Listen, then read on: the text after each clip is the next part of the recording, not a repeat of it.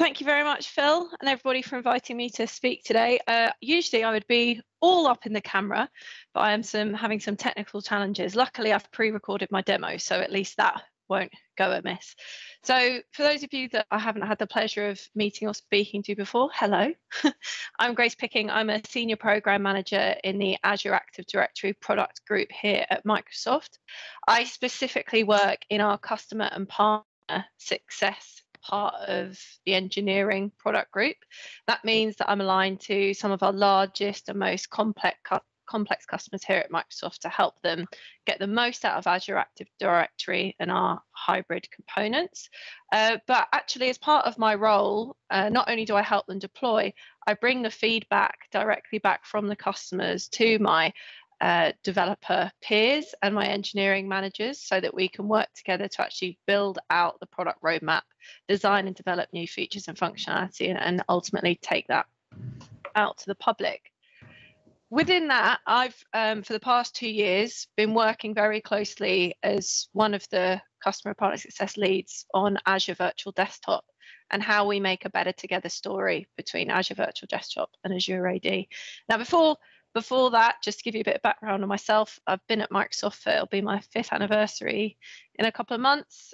Before I was a program manager, I was a premier field engineer. I don't know if I've got any peers in the team or customer engineers. I actually was in Office 365 before I moved to Identity. And then before I joined Microsoft, I was a SharePoint and Office 365 consultant for several years at a Microsoft partner.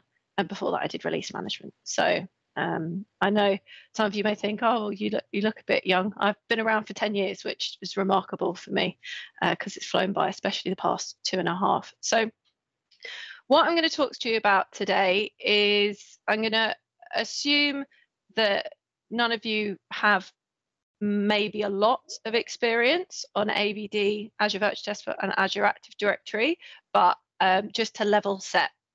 This session is kind of aimed at people that have a technical mindset, that may be architects or are users of Azure. So hopefully it will cater to everybody, but feel free, I can now see the chat. So if I haven't, say an acronym, for example, or say something and you would like me to go back to it or explain it, feel free to do that. We've got 45 minutes, so we've got plenty of room for either me to take questions at the end or clarify anything throughout. So I'm going to give you a bit of an overview about Azure Virtual Desktop, the product formerly known as Windows Virtual Desktop. Then a bit of an overview about what's technically possible now in terms of your identity strategy and model using Azure Active Directory or hybrid identity for deploying Azure Virtual Desktop. And then hopefully going to finish with a demo and then take some questions. Azure Virtual Desktop, previously affectionately known as Windows Virtual Desktop, and who knows, will probably change its name in the future. That's what we like to do at Microsoft, keep you on your toes. It's fundamentally a managed virtual desktop solution built on all of the wonderful powers of Azure, which provides VMs to our customers. And it's kind of divided into 2 layers of responsibility. We have, of course, the global entry points, which sit behind Azure Front Door in conjunction with Traffic Manager. And that actually provides entry to what we refer to as the Azure VD kind of control plane, which is then made up of different services. So that is all managed and operated by us on behalf of the customers, which is pretty much a PaaS-based service. But then we've got that second box underneath here, which is kind of as you move down in terms of the experience and what is owned by whom. It's actually the customers or potentially partners Azure subscription, where you as the customer or partner would have complete control of what you actually deploy and architect within that. And therefore, all of the responsibilities are yours within that subscription, and of course the consumption charges within that. So you as a customer, consultant, whoever you are in this frame of reference, it's your responsibility to start from that operating system layer up, including the likes of storage and networking. And of course, if those were based on Azure, they then in turn, as part of your subscription, would be managed by Microsoft, but are your responsibility. So how did we get this far? So little history lesson or flick back through time. So originally, this all started with Microsoft Terminal Services, which then became remote desktop. So that was, I think, about 9 years later, we started taking our steps to move this into Azure with a product that was called Azure Remote App, which was ultimately remote desktop services from Azure. So there had been some limitations, and the new product was based on the learnings from Azure Remote App, and that moved into remote desktop. And we did remote desktop modern infrastructure that was previewed, which quickly morphed into Azure Virtual Desktop, which went GA roughly, I've lost track, I want to say like 18 months ago, maybe even 2 years now. So Terminal Services was actually in Windows NT and moved into RDS in 2006, which then matured into that cloud offering in 2014, which was then actually the first, but this probably could go in a future quiz for this group. It's the first Azure service to technically go end of life, which was in 2017, which ultimately RDS as a service for Azure for our customers. Then in 2017, we modernized Remote App and RDS modernized so that then launched moving forward into WVD, which was then renamed Azure Virtual Desktop to represent that it was more than a point solution, but is in fact a platform in its own right on top of the overall Azure platform. So hopefully this shows the growth that we've had and hopefully will continue to do so. To show you just some of the highlights of what we've managed to deploy and update across Azure Virtual Desktop since 2019, you can see here just a few things. Now, I've highlighted on here one of the main features I'm going to talk to you and show you today, which is single sign-on to Azure AD joined VMs using Adfs.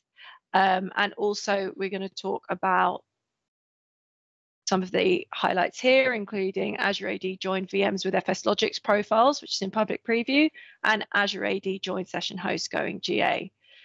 So as this is all now in Azure, we can, of course, develop and deploy changes to AVD a lot faster than when this was previously reliant on our purely Windows services, as we would have to wait on Windows service updates and on releases. So now we could, if we needed to, release potentially on a daily basis. Typically, from an engineering perspective, that doesn't really happen. It's maybe every week. Largely, you can see the bulk of updates on a monthly basis. So as consumers of Azure, or however you may be using Azure or Azure Virtual Desktop, if you do want to keep an eye on these updates, we recommend having a look at the updates, what's new in Azure Virtual Desktop on a monthly basis, just so you can see if there's any latest and greatest features that you could benefit from. I have dropped a list of links in the chat, and I'm sure we can provide them in the YouTube comments as well, so that you can go and find those updates. So as I mentioned, the main update here that pertains to Azure AD is around March time, we had Azure AD SSO for our customers using ADFS, which, although is nothing new from an infrastructure perspective, it was the first of our updates that allowed seamless single sign-on with Azure AD using ADFS, because we want to meet customers where they are and to give them ultimately the user experience that they would like and potentially experience in their personal lives with their applications or with their corporate devices or BYOD authenticating to those apps and services they need to. So the next major update was Azure AD joined session hosts, which provides lots of benefits for organizations such as modern auth protocols, single sign-on, and support for FSLogix user profiles. So these VM session hosts can now join directly to Azure AD, which ultimately removes the previous need to use Active Directory domain services and those domain controllers. And then actually just in December, we went public preview with storing those FSLogix profiles on Azure files for Azure Active Directory joined VMs. So ultimately now you can create an Azure files share to store those FSLogix profiles that can be accessed by a hybrid user identity, which is authenticated with Azure Active Directory. And that was ultimately pinned on our bigger release of Azure AD Kerberos. So those Azure AD users can actually now access an Azure file share using Kerberos authentication. So this configuration uses Azure AD itself, the actual service, to issue the necessary Kerberos tickets to access those file shares with those industry standard SMB protocol.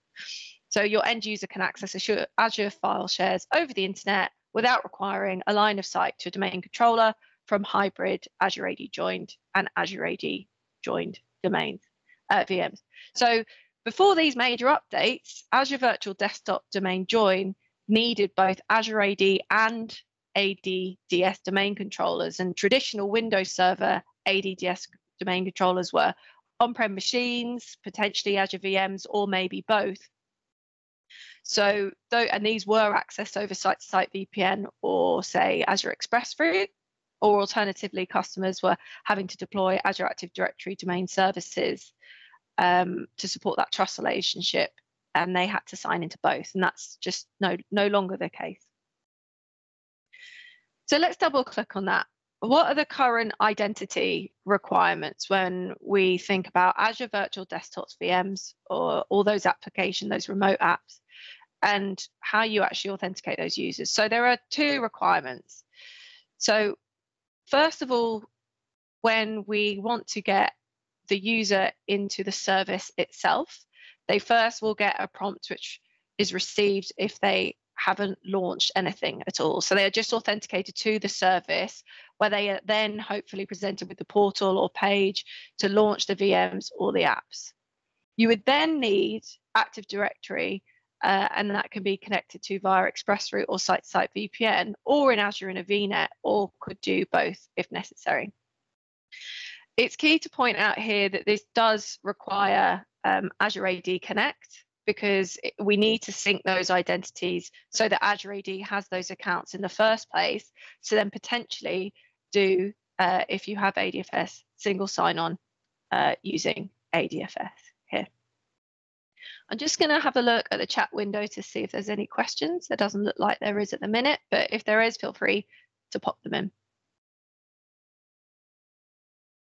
So the other option is Active Directory Domain Services, so Azure Active Directory Domain Services, which provides managed domain services such as domain join, group policy, LDAP, Lightweight Directory Access Protocol, and Kerberos or NTLM authentication. And you can use these domain services without the need to deploy, manage, and potentially patch domain controllers in the cloud. An example of customers or people with these environments that might be using this is if they are, running in a cloud-only state, or if they want to get away from the pieces of tin and all of the joys of managing those. So what does that look like from an end user experience perspective? So to start with, we have the standard Azure AD authentication. So these credentials are cached for 90 days. And then you can sign on the users. They only need to authenticate once. So it's like SSO after the first login. Then it presents the resource that the user has actually been given access to in Azure through Azure Virtual Desktop, so using RBAC or ABAC, for example. Then we would choose a resource to initiate the RDP connection, where we then get the second user prompt that happens, which is the standard Kerberos auth to a VM. So that's 2 prompts. So from this point, if we have cached the credentials, there is an SSO type experience going forward. Now, the Windows client for Azure Virtual Desktop is a really good option for integrating Azure Virtual Desktop with your local machines. However, when you do configure your Azure Virtual Desktop account into the Windows client, I just want to call out with my security hat on, there are certain things that we want to make sure that you do to keep yourself and also your users safe. So when you first sign in, the client asks for your username and password and potentially Azure multi-factor authentication. So after that, the next time you sign in, the client will remember your token from your Azure Active Directory Enterprise application. When they select Remember Me on the prompt for credentials for the session host, users can sign in after restarting the client without needing to re-enter the credentials. So while that's convenient, I don't have to figure out where I potentially wrote down my password or which one I changed it to. It can also make deployments on the enterprise scale or personal devices less secure. So to protect your users, you can make sure that the client keeps asking for Azure multi-factor authentication credentials more frequently. And you can do that by building a CA policy, so conditional access policy, scoped to use in the Azure Virtual Desktop application ID. And then those VM signing, so specifically VM sign-ins don't support per user enabled or enforced Azure AD multi-factor authentication. So if you do try to sign in with MFA on a VM, you won't be able to sign in and you will get an error message. Again, I've put in the chat window the steps for how to deploy and create those conditional access policies, whether you're using the latest and greatest Azure Virtual Desktop or if you're still using Classic. So in terms of the user experience, then once we've got through and we're able to access the resources, when I actually choose which resource I want to access, we then have standard Azure AD authentication. So that's an OAuth 2 prompt. And so then we have the standard Kerberos authentication on the VM2 AD, as you can see in this next slide here. So this was the only case until August 2021 last year. Now, we appreciate, I say we, the royal we of Microsoft and the engineering team appreciate that not just for the past 2 years during the pandemic, but much before that, our customers are on a journey, and that has been sped up since working from home has been required or is now hopefully integrated into corporate policies and is becoming more of the norm to be able to work from anywhere on any device. So with the latest updates, we've brought in some more features for Azure AD support for Azure Virtual Desktop. So the SSS domain joint ADFS is not necessarily the only thing. We say if you want SSO, don't deploy ADFS just for this experience. Just means that if you have ADFS, you can now have that SSO experience. But you can now join those virtual machines that are in your Azure Virtual Desktop environment directly to Azure Active Directory. And this is what a lot of customers are doing with their physical machines as well as part of their modern management or digital workplace strategies. And then you connect to those virtual machines from any device with basic credentials. And you can also automatically enroll those virtual machines now with Microsoft Endpoint Manager. And so for certain scenarios, this is going to help you eliminate the need for a domain controller, or at the very least help reduce costs and streamline your deployments. So how does this work? So here we would have an Azure AD join or a hybrid Azure AD join VM within Azure Virtual Desktop. You would then create your conditional access policies, for example, compliant device or multi-factor authentication, to access Azure Virtual Desktop. Then, depending on your deployment type or which flavor you're taking for profile storage, you can then require Azure AD domain services or Azure AD, and then Azure files for your FS logics profile containers. So we released this functionality in two parts. The first part was the ability to Azure AD join those VMs. The second was the ability to do that once we'd released Azure AD Kerberos support to have those files, to have Azure files suitable to store your FS logics profile containers for that user experience. Now, like anything, remote desktop has got some, interesting quirks when it comes to not having on-prem AD.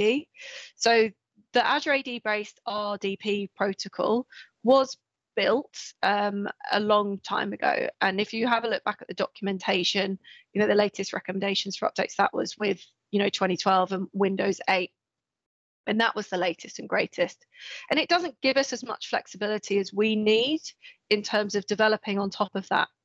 And so potentially that's why we are now making the moves forward to update that and the overall AVD infrastructure and Azure AD services to be able to deliver a user experience that customers and end users expect, with everything else. So access to AVD and those resources from a BYO device, from a mobile device, from their client of choice.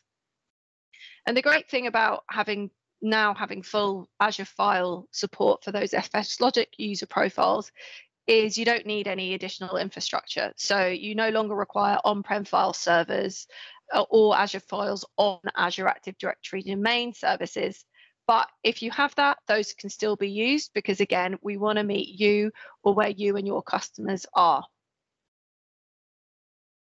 So why would we want Azure AD joined VMs? If your estate is still domain joined or hybrid domain joined, the reason why we've released this functionality, and hopefully you've been using it already, testing it, or hopefully just by listening to me drone on about it, think about what may be the benefits. It's really because organizations we see as a whole are starting to move more to either a cloud first, or some of them that have spun up in the light of the pandemic or new startups to be cloud only.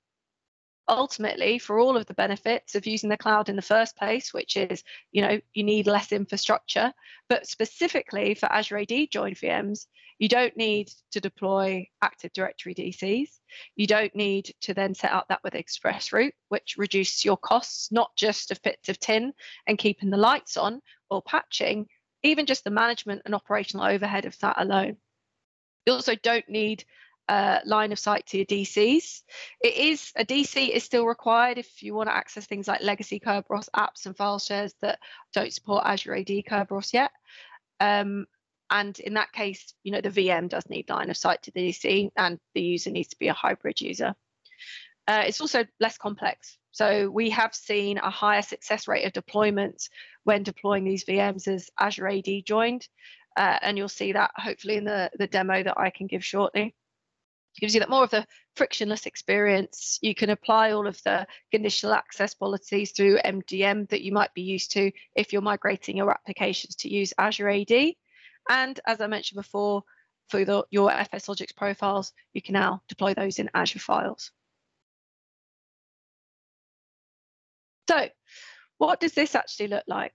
So you simply go into Azure Virtual Desktop, choose your subscription, assign your resource group, choose your host pool name, choose a location, and that may be based on your physical location of the office or other things that are required. Choose which host pool you would like, pooled or personal, and then you can choose some session limits. It's at this point you can then add your virtual machines. And here's really the key thing. If you want to have those Azure AD joined machines, once you've set up all of your specifications for the VMs and what SSD you want, you can assign that to the right virtual network. Here, I'll pause it. This is the update that rolled out in August. So you don't have to domain join. They can be Azure AD domain joined. So what does that mean? So this means from a AAD tenant perspective, I'll just flip back. When they're Azure AD join, it's going to be the tenant that your subscription is in, that you're creating these. So it's at this point you can also then directly just enroll them with Intune, and you'll notice if you're used to creating these that are domain joined, there's no need for you to put in that username and password as well. So when you've successfully deployed, you would be able to see in the Azure portal the status of the deployment, as well as going in through to the device portal. Those devices will appear in Azure AD under the devices blade, and they'll also appear if you have chosen to deploy and enroll with Intune under the devices section of the Intune portal as well here.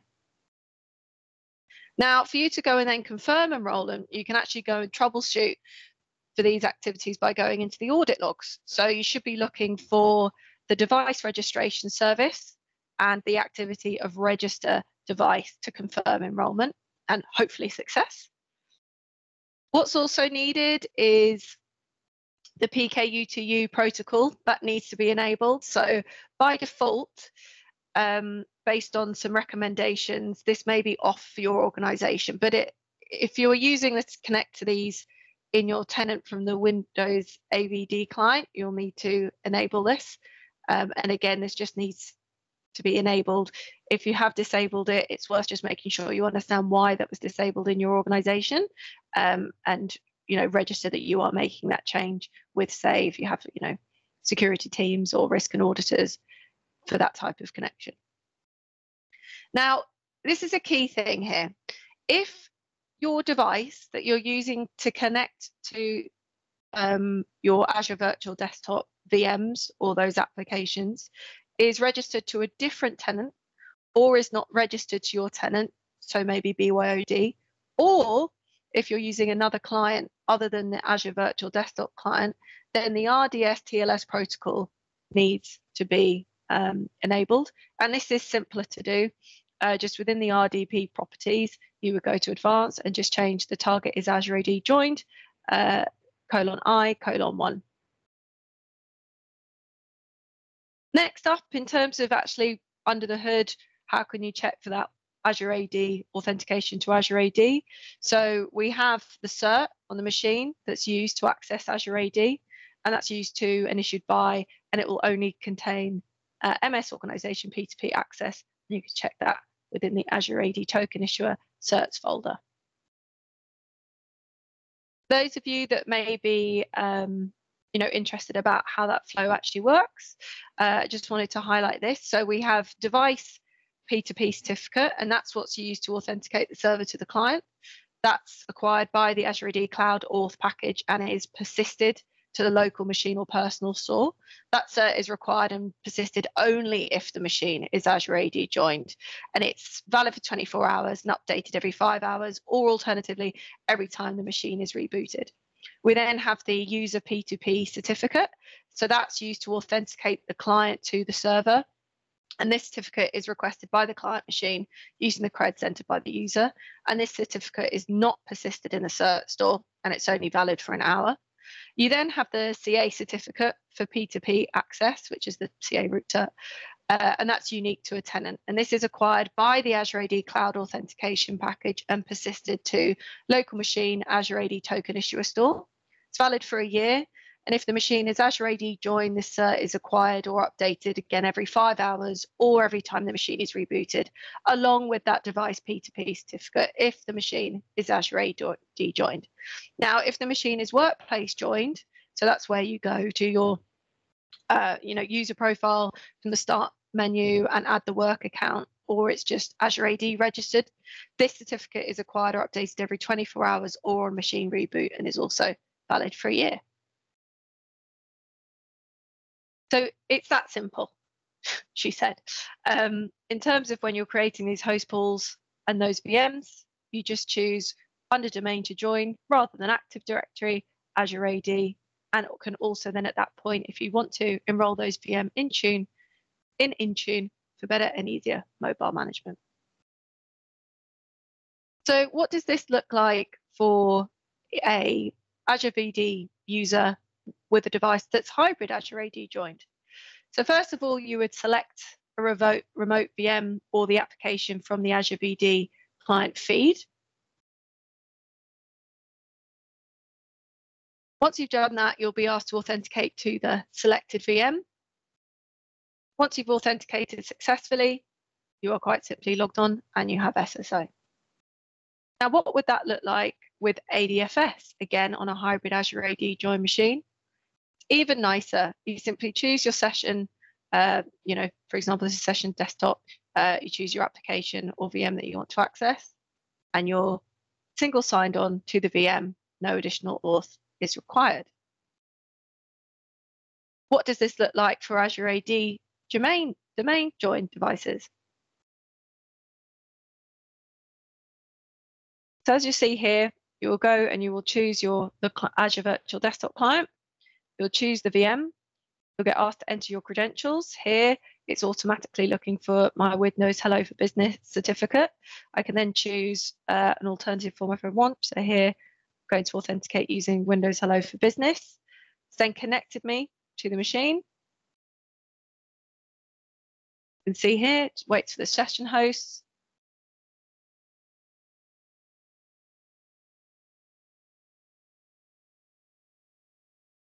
And then as if by magic, I'm authenticated into the VM. And you'll be able to see when you go in and run the dsreg commands and get the status of that machine to show that it's Azure AD joined. So I think I've come in under time. So I've left time for questions. I'm going to look through the chat, but if you're watching back, if you want to stay up to date with all of the announcements for Azure AD, we have this aka.ms/Azure AD blog, which is updated with our announcements with technical overviews and use cases for those. We also have a YouTube series talking about the architectural deep dives and concepts of Azure AD and identity at aka.ms/identity YouTube. And we also have aka.ms/AVD Inspire blog, which is where we had the last big updates in terms of our joint AVD, Azure Virtual Desktop and Azure AD announcements. I've also popped some links in the chat there for more hands-on guidance for configuring Adfs single sign-on for AVD, as well as deploying your Azure AD joined VMs in AVD. So I'm just going to pause and get some water. Phil, would you mind just having a look at the questions for me? Yeah, so you've got a couple. So Arthur's asked a couple. I think he asked one earlier on when you were talking through. So Arthur said, are the virtual machines limited only to Windows 7 and 10? If so, when will Windows 11 be available? I believe that's already available on AVD. Yes, it is. What a fabulous question. So yes, Windows 11 is available. If I just go back to the announcements here. So we had Windows 11 public preview in H2. There we go. So may have just missed that one. So yeah, you can have a look at our blogs. We'll show you the latest information for that. Okay. Arthur's asked a very generic question about why we reserve 5 IPs in a VNet. We'll come back to that one in a minute. So Greg's asked the question, how does this differ to Windows 365? Is Windows 365 the future replacement for AVD? That is a great question. So hopefully if I can, this is my appendix slide because you know, it's important to notice the difference. So we have what we would think of as a cloud PC. That's Windows 365. So that's for your personal computing from cloud to client. And then we have Cloud VD, which is Azure Virtual Desktop, for you as an organization to migrate and modernize those desktops and apps. But ultimately, Cloud PC or Windows 365 is a complete SaaS service that securely streams your desktop app settings and content from the Microsoft Cloud to any device. So this is, you know, full SaaS compared to Azure Virtual Desktop, which is the platform that you can use to deliver your own hosted desktops and apps that you configure with maximum flexibility. So in terms of, is it the future replacement for Azure Virtual Desktop? It may be for some customers. As us, you know, as Microsoft, we are developing and delivering both of these at the same time. Windows 365 is very new to market. Azure Virtual Desktop is still being heavily invested in.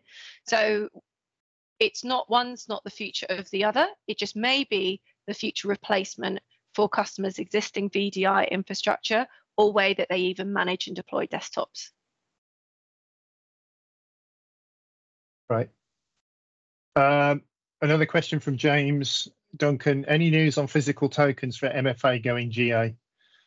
Been in preview for a couple of years now, using this to provide access for a supplier with AVD. Interesting. So I take it you're talking about hardware oath tokens, not FIDO2 tokens, because FIDO2 support is GA. We have heard this feedback loud and clear. The way that we've got hardware tokens in public preview at the minute has given us lots of we've had lots of feedback, should we say. So I would say watch this space. I can't confirm any dates or anything. But yes, we've had a lot of feedback on it. Feel free to feed this back directly in the portal. But yes, we are aware that it needs to go to GA, and also that for some customers there are some improvements that they would like us to make, should I say. So watch this space. Kay Gopi has asked, what is FS Logics? Very good question. I don't have an elevator pitch off the top of my head, but it's in terms of support for roaming user profiles, that's the kind of thing that it does. And so now, with us being able to support that in Azure Files rather than having, say, local profiles and having to do that, is that can all be stored seamlessly in Azure Files in the cloud, so we can get that, pick up where you left off experience for those VMs. Brilliant. Arthur, I've replied to your question around why do we reduce the amount of available IPs by 5, because they're for internal use. I've given you a link to the FAQ, so which is a very useful FAQ. So if you're trying to get your head around everything to do with virtual networks, I'd highly recommend that you go and read that as well, because it's got some right nuggets in it. Any other questions for Grace? I'll take the silence as a no. Thank you very much, Grace. Thank you for taking the time. Hopefully everyone's learned something new. And we get to go to the break early.